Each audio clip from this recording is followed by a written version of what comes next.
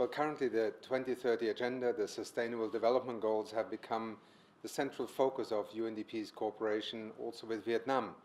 But at the same time, Vietnam's own national development priorities have shaped our work, whether it is in the area of economic growth, whether it is in the area of climate change and resilience, or in the area of governance. These are key parts of our collaboration with Vietnam and are the center also of the projects and programs we are currently jointly implementing.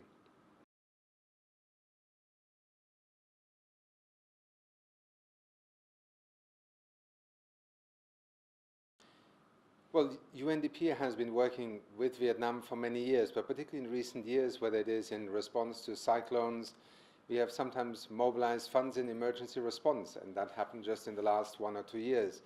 We're also in the middle of working with Vietnam on long-term cooperation in terms of disaster risk management.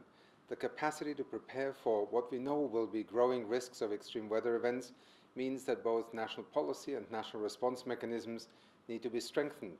And currently we are embarking on the implementation of a new program also in the Delta, where in particular we are looking at resilience and adaptation, as it is called, for example, helping to make housing of people less vulnerable to the extreme weather events, to cyclones, but also looking at the flooding protection in the actual Delta, which, as many in Vietnam knows, is now a real threat to agriculture and to people in the area. At the end of the day, it is about creating greater resilience, and Vietnam's vulnerabilities to climate change are well known and tragically just in the last few days again have affected many people in the north of the country.